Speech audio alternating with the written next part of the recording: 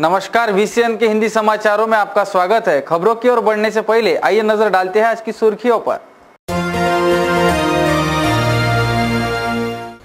कारंजा लाड़ में युवक का बेरहमी से कत्ल, पुलिस ने किया आरोपी को गिरफ्तार।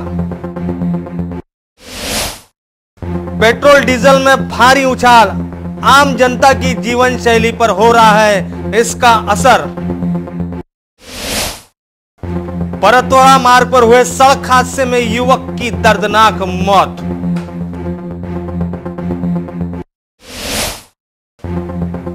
नताशा फिरदौस मामले में 2 आरोपियों को 2 दिन की न्यायिक हिरासत।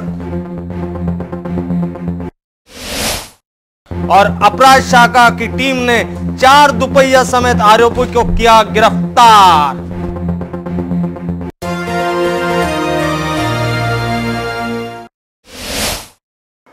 तो ये थी आज की सुर्खियां। आइए बढ़ते अगली बड़ी खबर की ओर। आइए रुक करते अगली बड़ी खबर की ओर। खबर आ रही है कारंजा लाड़ से। कारंजा लाड़ में करीब 11:15 बजे के दौरान बस अड्डे पुलिस चौकी के सामने एक युवक का बेरहमी से कत्ल कर दिया। पुलिस का अंदेशा है कि यह वारदात आपसी रंजिश के चलते हुई है। रोजाना पूरे हिंदुस्तान में आपराधिक वारदातों होने की खबर हमेशा सुर्खियों में रहती है। वैसे ही महाराष्ट्र में भी आपराधिक वारदातें दस्तक दे रही हैं। बढ़ते आपराधिक वारदातों से इन दिनों पुलिस महकमा सख्ते में आता नजर आ रहा है। इन दिनों सिलसिलेवार वारदातों के ग्राफ में इजाफा होते नजर आ रहा है। कारंजा लाड़ में दिल दहला देने वाली वारदात ने अपनी दस्तक दी है। सोमवार की रात आपसी रंजिश के चलते एक युवक का बड़ी बेरहमी से कत्ल कर दिया गया। प्राप्त जानकारी के अनुसार कारंजा लाड़ के शिवाजी नगर निवासी दत्ता सस्ते नामक युवक का किसी ने बस अड्डे पुलिस चौकी के सामने रात करीब 11:15 बजे तेज धार वाले हथियारों से बेरहमी से कत्ल कर दिया। पुलिस ने वारदात स्थल पर पहुंचकर पंचनामा किया। पुलिस की प्राथमिक जांच में यह कत्ल आपसी रंजिश के चलते होने की बात सामने आई है। कारंजा लाड़ पुलिस ने इस मामले में बारीकी से जांच कर आरोपी मंगेश काड़े को गिरफ्तार किया है। कारंजा लाड़ कामरगांव से हमारे संवाददाता नरेंद्र बोरकर की यह रिपोर्ट। आइए रुक करते अगली खबर की ओर। अंतर्राष्ट्रीय बाजार में कच्चे तेलों के दामों में आई उछाल के बाद बीते 4 वर्ष में पहली बार शहर में प्रति लीटर पेट्रोल 80 रुपए के उच्चांक पर। अंतर्राष्ट्रीय बाजार में कच्चे तेलों के दामों में आई उछाल के बाद बीते 4 वर्ष में पहली बार शहर में पेट्रोल प्रति लीटर 80 के अपने उच्चांक पर बिक रहा है, जबकि डीजल प्रति लीटर 67 रुपए बिक रहा है, जो शहरी सीमा के अंदर के भाव है। जबकि मनपा क्षेत्र के बाहर प्रति लीटर पेट्रोल व डीजल के भाव में मामूली कमी देखी गई है। बीते 1 वर्ष में ही सत्ताधारी पक्ष ने करीब 7 से 8 बार पेट्रोल व डीजल के भाव में बढ़ोतरी किए जाने के बाद से इसका प्रभाव आम जनता की जीवन शैली पर पड़ा है। कांग्रेस सरकार पर उंगलियां उठाते हुए अच्छे दिनों का सपना दिखाने वाली भाजपा के क्या यही अच्छे दिन हैं? आइए रुक करते अगली खबर की ओर। परतवाड़ा से भूगांव मार्ग पर 15 जनवरी की रात किसी अज्ञात वाहन ने दुपहिया सवार मोहम्मद यासीन मोहम्मद सादिन को उड़ा दिया, जिसके चलते मोहम्मद यासीन की मौत हो गई। अमरावती जिले में आए दिन सड़क हादसों में इजाफा देखा जा रहा है। लापरवाही के चलते तथा संतुलन खोकर ज्यादा सड़क हादसे हो रहे हैं। परतवाड़ा से भूगांव मार्ग पर हुए सड़क हादसे में एक युवक की मौत हो गई। प्राप्त जानकारी के अनुसार परतवाड़ा से भूगांव मार्ग पर 15 जनवरी की रोज किसी अज्ञात वाहन ने दुपहिया सवार मोहम्मद यासीन मोहम्मद सादिन उम्र 55 जबलपुर राजस्थान निवासी को उड़ा दिया, जिसके बाद मोहम्मद यासीन को रात करीब 10:30 बजे जिला सामान्य रुग्णालय में लाया गया, जहां डॉक्टरों ने उसे मृत घोषित किया। आइए रुक करते अगली खबर की ओर। अमरावती शहर के तालाबपुरा क्षेत्र में हुए अपहरण कांड के मुख्य आरोपी समीना बानो तथा उसका भांजा आरोपी जुबेर शाह को अदालत ने 2 दिन का PCR दिया है। हाल ही में कोल्हापुरी गेट पुलिस थाना क्षेत्र के तालाबपुरा से 1 वर्षीय मासूम नताशा के अपहरण मामले में गिरफ्तार की गई हाजरा कॉलोनी निवासी शमीना बानो तथा उसके भांजे जुबेर शाह को नागपुर से गिरफ्तार कर कोर्ट में पेश किया गया, जहां दोनों को 17 जनवरी तक पुलिस कस्टडी में रखने के आदेश है। लेकिन शमीना बानो लगातार पुलिसिया पूछताछ में बयान बदलने से पुलिस उसके इस बयान पर विश्वास करे, इसे लेकर परेशान बताई जा रही है। तो दूसरी ओर शमीना बानो को लॉकअप में डालने के दौरान उसकी गुड़िया ने पूरी रात थाने में ही गुजारी। हालांकि गुड़िया अपनी मां से अलग होने को एक पल के लिए भी तैयार नहीं थी। आरोपी शमीना बानो ने कभी सोचा भी नहीं होगा कि किसी मासूम को उसकी मां से अलग करने वाली शमीना बानो की गुड़िया से अलग अलग होने का दर्द उसे सहना पड़ेगा।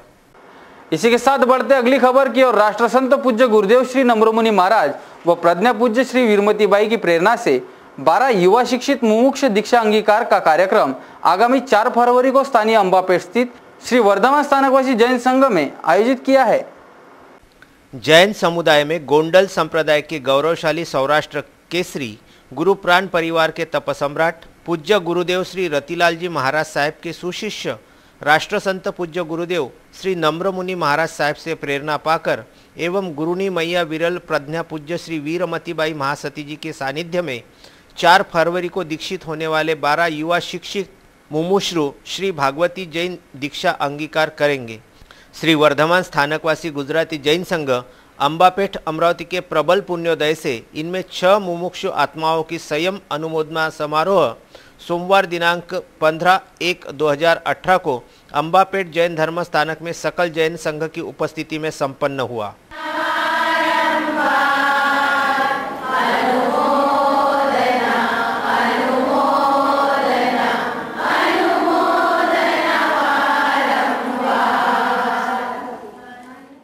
सर्वप्रथम दीक्षार्थियों का संयम धर्म की जय जयकार कर सकल जैन संघ द्वारा स्वागत किया गया।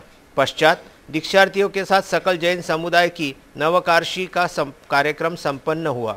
समारोह में कमल पुष्प पर दीक्षार्थियों के दाहिने पांव का अंगुष्ठ पूजन, चरण स्पर्श, बधामने से लेकर संयम धर्म की जय जयकारों से भव्य स्वागत किया गया। मंचासीन में 6 मुमुक्षु दीक्षार्थियों में मुमुक्षु श्री अवनीबेन प्रवीण भाई पारेख मुंबई, मुमुक्षु श्री अंकिताबेन दिनेश भाई ओवरा राजकोट, मुमुक्षु श्री सलोनीबेन बकुल भाई पारेख अकोला, मुमुक्षु हेतबेन भूपेन भाई मेहता कोलकाता, मुमुक्षु श्री वीरांशीबेन दिलेश भाई भायानी मुंबई तथा मुमुक्षु प्रफुल्लाबेन हर्षद भाई वेगड़ा मुंबई। इनके सम्मान में सर्वप्रथम स्वागत गीत वर्धमान महिला मंडल, सुशील महिला मंडल अंबापेट एवं बडनेरा रोड के द्वारा प्रस्तुत किया गया। पश्चात प्रस्तावना अंबापेट जैन संघ अध्यक्ष हरीश भाई लाठिया ने की। भारतीय जैन संगठन के राष्ट्रीय उपाध्यक्ष एवं बडनेरा संघ की ओर से सुदर्शन जी गांग ने संयम शुभेच्छा देकर दीक्षार्थियों का सत्कार किया। श्री वर्धमान स्थानकवासी जैन संघ अंबापेट ने संयम शुभेच्छा देकर रजत उपहार, शाल माला व सम्मान अभिनंदन पत्र देकर उनका सम्मान किया गया। संसार असार है, संयम ही सार है। भौतिक सुख सुविधा के आदि मनुष्य की दौड़ केवल पैसा, पद, प्रतिष्ठा व सबसे बढ़कर स्वार्थ की है, किंतु यह स्थिति हमेशा बनी नहीं रहेगी। सांसारिक सुख का अंत शून्य है, जबकि शाश्वत सुख का मार्ग संयम है। जहाँ शून्य से +1 की यात्रा शुरू होती है। हमें संसार सुख को नहीं, शाश्वत सुख को पाना है, इसलिए हम त्याग के मार्ग पर आगे बढ़ रहे हैं। संसार की दौड़ का अंत दुख है, संयम की दौड़ का अंत शाश्वत सुख पाने का आरंभ है। हम अमरावती के सकल जैन समुदाय की ओर से हमारे त्याग मार्ग पर आगे बढ़ने के आशीर्वाद व शुभकामनाओं पर पाना चाहते हैं। अतः आप सभी 4 फरवरी को मुंबई स्थित हमारे दीक्षा महोत्सव में अवश्य पधारिएगा, ऐसा जैन समाज की ओर से आह्वान किया गया। आइए रुक करते अगली खबर की और अपराध शाखा पुलिस टीम ने गुलजार नगर से चोरी के संदेह में दुपहिया मैकेनिक के घर से 4 दुपहिया जब्त की है। अपराध शाखा पुलिस की एक टीम नागपुर के थाना क्षेत्र के गुलजार नगर निवासी तथा दुपहिया मैकेनिक से 4 मोटरसाइकिलें जब्त की है। पुलिस को संदेह है कि गुलजार नगर निवासी गैरेज संचालक के घर से जब्त की गई दुपहिया क्रमांक MH28C 8599, MH27AN 956, MH27AD 2404 तथा अन्य एक दुपहिया चोरी की है। यह सभी वाहनें गैरेज चालक शेख कलीम शेख सलीम के घर से जब्त की गई। इनसे जुड़े दस्तावेज प्राप्त न होने पर उपरोक्त दुपहिया चोरी होने की संभावना पुलिस ने जताई है। शेख कलीम सहित जब्त 4 दुपहिया नागपुर गेट पुलिस को सौंप दी गई है। इसी के साथ बढ़ते अगली खबर की ओर। खबर आ रही है पुसद से। अपनी प्रलंबित मांगों को लेकर दिव्यांग जनक्रांति संगठन की ओर से पुसद के तहसीलदार को सौंपा ज्ञापन। यवतमाल जिले के पुसद स्थित दिव्यांग जनक्रांति संगठन के संस्थापक अध्यक्ष प्रशांत जाधव के नेतृत्व में दिव्यांगों को सरकार की ओर से दी जाने वाली योजनाओं को 100% अमल में लाने का ज्ञापन तहसीलदार को सौंपा गया। ज्ञापन में की गई मांग के अनुसार संजय गांधी निराधार योजना, दिव्यांगों द्वारा दाखिल किए गए प्रस्ताव जल्द से जल्द मंजूर करते हुए उसका लाभ उन्हें दिया जाए। अन्न व नागरिक आपूर्ति ग्राहक संरक्षण विभाग के 17 जुलाई 2013 के शासन निर्णय के अनुसार दिव्यांगों को अंत्योदय योजना में समावेश किए जाए।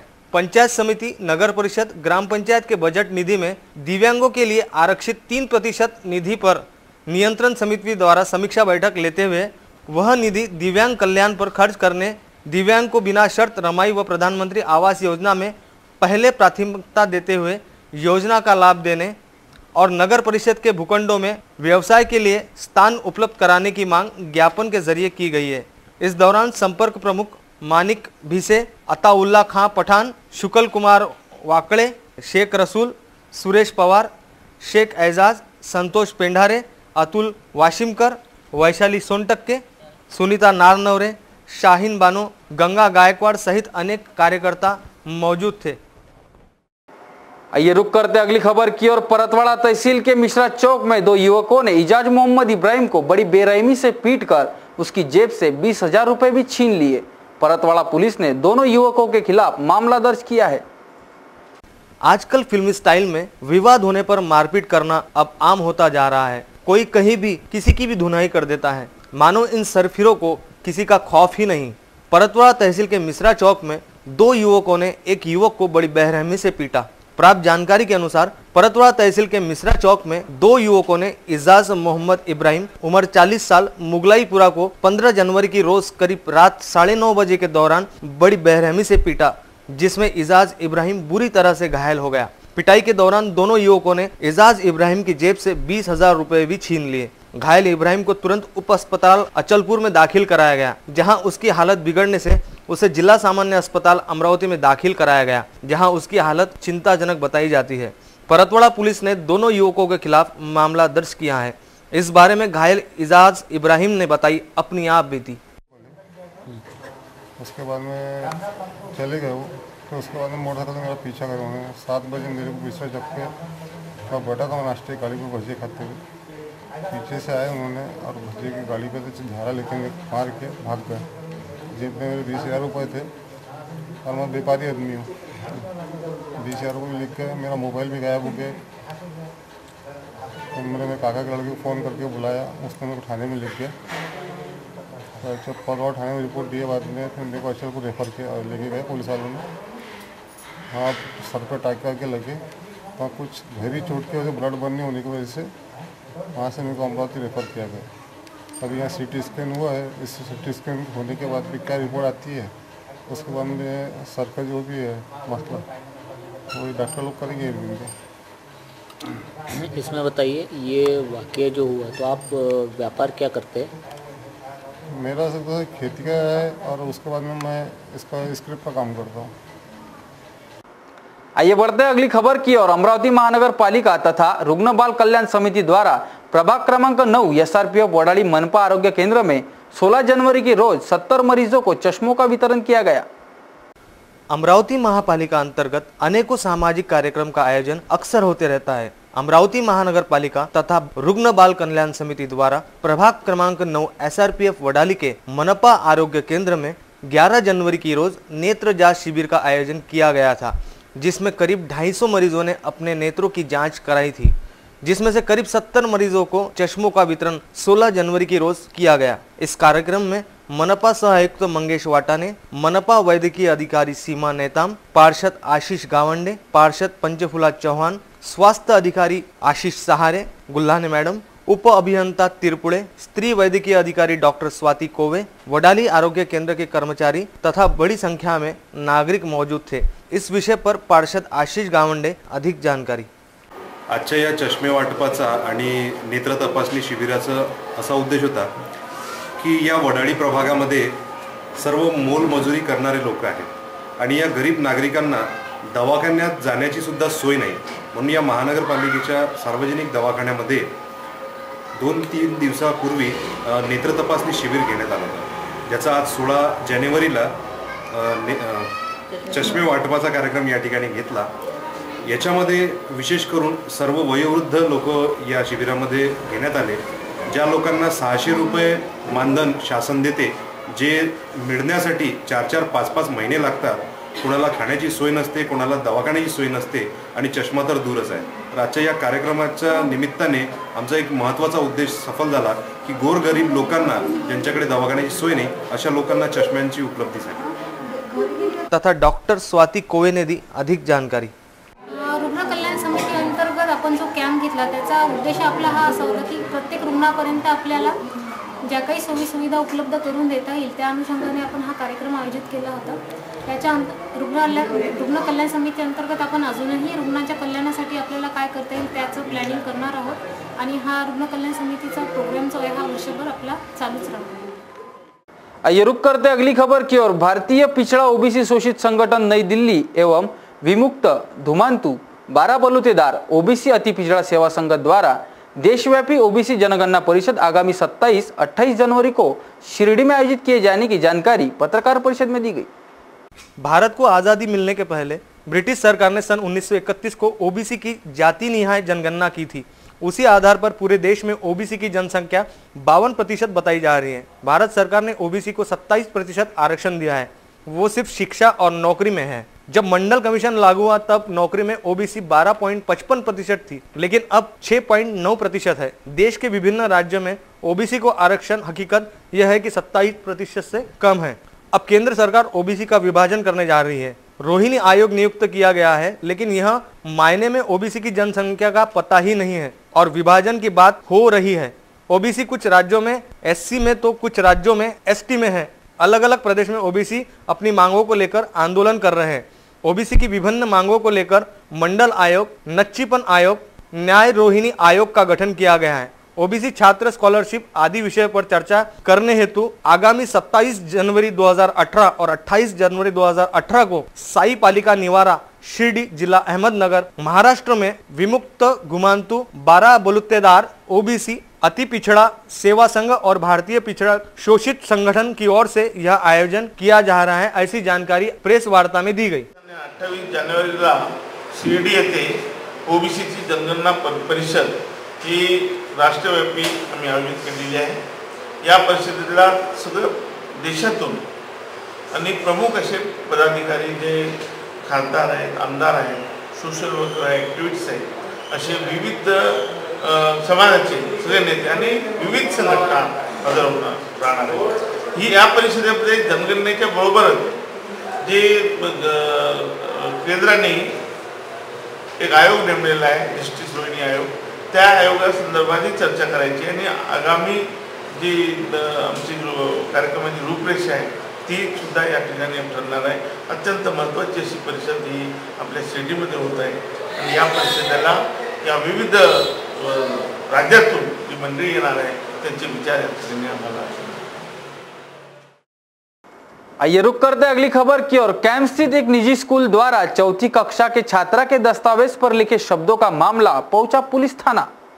कैंप स्थित एक सीबीएसई पैटर्न की स्कूल प्रबंधक द्वारा एक छात्र के स्कूली दस्तावेज पर लिखे अपने ही शब्दों में उलझे मामले का आखिरकार पुलिस थाने में स्कूल प्रबंधक तथा उस छात्र के परिजनों में समझौता हुआ। बताया जाता है कि स्कूल के कक्षा चौथी में शिक्षारत एक छात्र के पिता का पूना में तबादला होने पर सह परिवार पूना जाने के बाद खड़की के एक स्कूल में दाखिले हेतु गए, जहां उस छात्र के स्कूली दस्तावेज में क्रिकेट से जुड़े लिखे शब्दों को खड़की स्थित स्कूल प्रबंधक समझ नहीं पाया और दाखिला देने से इनकार कर दिया। छात्र के घबराए परिजन मंगलवार को कैंप स्थित उस स्कूल पहुंचे जहां उनका बेटा चौथी क्लास तक शिक्षा ले चुका था। इस छात्र के पिता ने स्कूल प्रबंधक को उनके द्वारा लिखे शब्दों से उनके बेटे का भविष्य खराब हो सकता है, ऐसी जानकारी स्कूल प्रशासन को दी, जिसके बाद खुद स्कूल प्रशासन ने जो गलती नहीं की उसे स्वीकारते हुए माफीनामा लिखकर देने को तैयार हुए। लेकिन अचानक किसी बात पर यह मामला गाड़गेनगर थाने तक पहुंचा, जहां स्कूल प्रबंधन व छात्र के परिजनों में आपसी समझौता होने के समाचार हैं। आश्चर्य इस बात का है कि बेहतरीन क्रिकेट खेलने को लेकर लिखे शब्दों को ना ही पूना की शिक्षा संस्था और ना ही कैंप स्थित व शिक्षा संस्था के साथ ही संबंधित छात्र के उच्च शिक्षित पिता समझ ही नहीं पाए। मात्र ना समझी के गलतफहमी से प्रारंभ होकर आपसी समझौते पर समाप्त हुआ। इसी के साथ बढ़ते अगली खबर की ओर। अमरावती शहर जिला राष्ट्रवादी कांग्रेस पार्टी के जिला अध्यक्ष पद पर राजेंद्र महल्ली की नियुक्ति किए जाने की जानकारी पत्रकार वार्ता में दी गई। देशाचे नेते, राष्ट्रवादी काँग्रेस पक्षाचे नेते माननीय शरदचंद्रजी पवार साहेब यांच्या नेतृत्वात राष्ट्रवादी काँग्रेस पक्षाच्या शहर अध्यक्षपदी प्रदेशाध्यक्ष सन्माननीय तटकरे साहेब यांनी नुकतीच काल माझी अमरावती शहर जिल्हा ग्रामीण शहर अध्यक्ष म्हणून नियुक्ती केली, त्याबद्दल मी त्यांचा मनापासून आभारी आहे. येणाऱ्या काळात जे सध्या वातावरण आहे, मी फक्त शहराच्या बाबतीत बोलेल की शहरात जी परिस्थिती निर्माण झालेली आहे सध्या सगळ्या बाबतीत, की आज शहरात रस्त्याने चालणेसुद्धा कठीण झालेलं आहे. अशा परिस्थितीत नागरिकांना जो त्रास होतो आहे त्या संदर्भात त्यांना न्याय मिळवून देण्यासाठी मी माझी टीम आम्ही सर्व मिळून कार्य करू आणि पक्षाची चांगल्या प्रकारे संघटन वाढवून पक्षाला मजबूत करण्याच्या दृष्टिकोनातून आमचा प्रयत्न राहील. बढ़ते अगली खबर की और 15वीं महाराष्ट्र राज्य बाल नाट्य स्पर्धा का 6 दिवसीय आयोजन स्थानीय टाउन हॉल अमरावती में आयोजित किया गया है. महाराष्ट्र राज्य शासन सांस्कृतिक कार्य संचालनालय द्वारा आयोजित 15वीं महाराष्ट्र राज्य बाल नाट्य स्पर्धा 2017-18 की पहली फेरी टाउन हॉल अमरावती में 16 जनवरी की रोज संपन्न हुआ.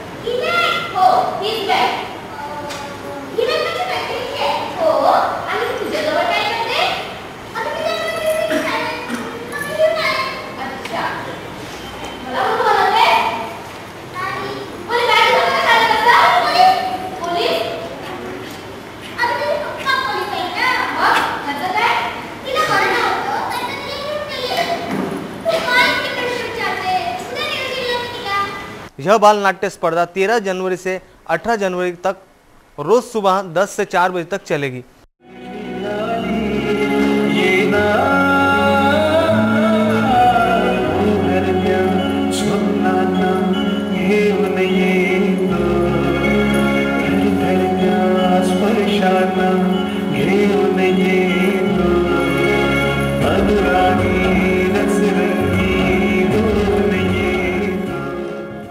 इस नाट्य स्पर्धा में अमरावती विभाग ने सहभाग लिया है. 6 दिवसीय बाल नाट्य स्पर्धा में 30 नाट्य कला केंद्रों का नाट्य पेश किया जाएगा.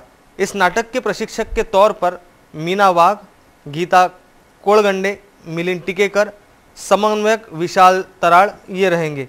16 जनवरी की रोज 5 बाल नाट्य का प्रस्तुतिकरण किया गया.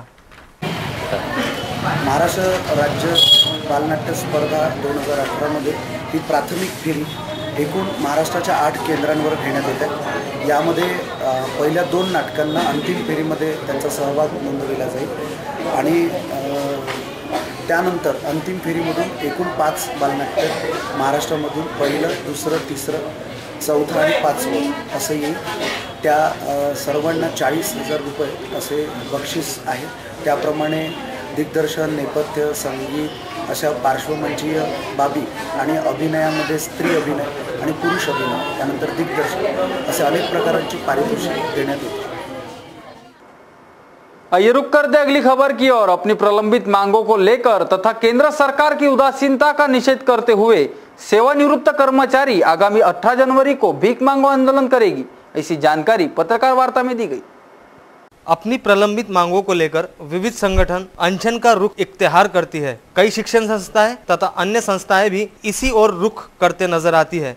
मगर इन सब से हटकर कर्मचारी निवृत्त वेतन की योजना को लेकर सेवानिवृत्त कर्मचारियों ने भीख मांगो आंदोलन पर एतबार किया है. अपनी प्रलंबित मांगों को लेकर तथा केंद्र सरकार की उदासीनता का निषेध कर आगामी 18 जनवरी को सुबह 11 बजे से नेहरू मैदान से जिला कचहरी तक भीख मांगो आंदोलन करने की जानकारी प्रेस वार्ता के दौरान दी गई. इस विषय पर प्रेस वार्ता में दी गई अधिक जानकारी. आमची मागणी एवढीच आहे की सुप्रीम कोर्टाने जो आपला ऑक्टोबर 2016 मध्ये जो निर्णय दिला त्या निर्णयाच्या अंमलबजावणीनुसार 31 मे 2017 ला जे कर्मचारी भविष्य निधी संघटनेने पत्र काढलं आहे ते मागे घ्यावे आणि जो एक्झम्प्टेड आणि अनएक्झम्प्टेड एस्टॅब्लिशमेंट अशा प्रकारची जी विभागणी केली आहे ती दूर करावी आणि सर्वांना समान संधी द्यावी आणि सर्वांना वाढीव पेन्शन लागू करावा। आइए रुक करते अगली खबर की ओर। इतवारा बाजार में अतिक्रमणग्रस्त कुछ अतिक्रमण हटाया गया। यह कार्रवाई 16 जनवरी की रोज अतिक्रमण विभाग तथा बाजार परवाना विभाग द्वारा की गई। इन दिनों अमरावती शहर में अतिक्रमण विभाग तथा बाजार परवाना विभाग अतिक्रमणग्रस्त अतिक्रमण को हटा रही है। इतवारा बाजार यह अमरावती का प्रमुख बाजार कहा जाता है। इस बाजार में सैकड़ों व्यापारी अपना व्यापार करते हैं, जिसमें अधिकतर हाथ गाड़ी वाले, फेरी वाले, ठेले वाले, फल सब्जी के व्यापारी है। 16 जनवरी की रोज अतिक्रमण विभाग तथा बाजार परवाना विभाग द्वारा अतिक्रमणग्रस्त पर कार्रवाई की गई।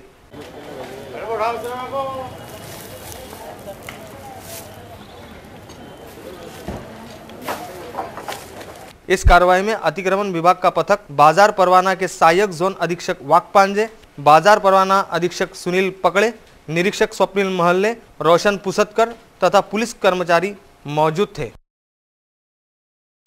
आइए बढ़ते अगली खबर की ओर। राजापेट उड्डान पुल का मनपा अधिकारी तथा विधायकों ने 16 जनवरी के रोज मुआयना किया। पिछले लंबे अरसे से राजापेट उड़ान पुल का काम चल रहा है। इस उड़ान पुल को लेकर कई बैठकें इसके पूर्व ली गई है। पुल का काम किस तरह और कैसे चल रहा है, अभी वास्तविक क्या स्थिति है तथा इस उड़ान पुल के निर्माण में अभी कितना समय लगने वाला है, इस पूरे विषय को लेकर 16 जनवरी की रोज राजापेट उड़ान पुल का मनपा अधिकारियों तथा विधायक ने किया बारीकाई से मुआयना। मैंने उसको बोला 4 दिन बाद करो चालू, मैंने काम बाद में चालू करो, रोड चलेगा। अभी परसों बंद किया, फिर बंद किया, फिर वापस लोग इतना कल 4 जने गिरे। भाऊ हमने निवेदन दिया, हम और दुख सहन करते हैं, पर कल 6 जने गिरे वहाँ।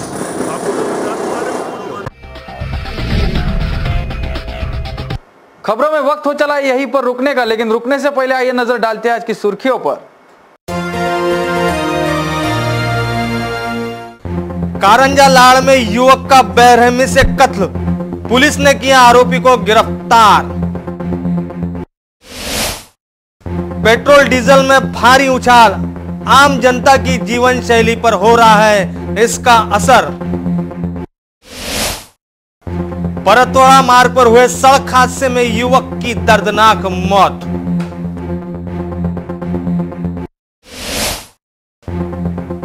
नताशा फिरदौस मामले में 2 आरोपियों को 2 दिन की न्यायिक हिरासत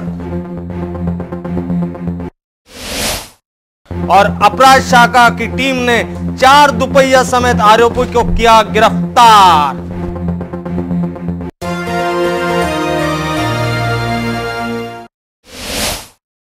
तो ये थी आज की सुर्खियां। फिर हाजिर होंगे कुछ नई तरोताजा खबरों के साथ। तब तक के लिए देखते रहिए VCN न्यूज। नमस्कार।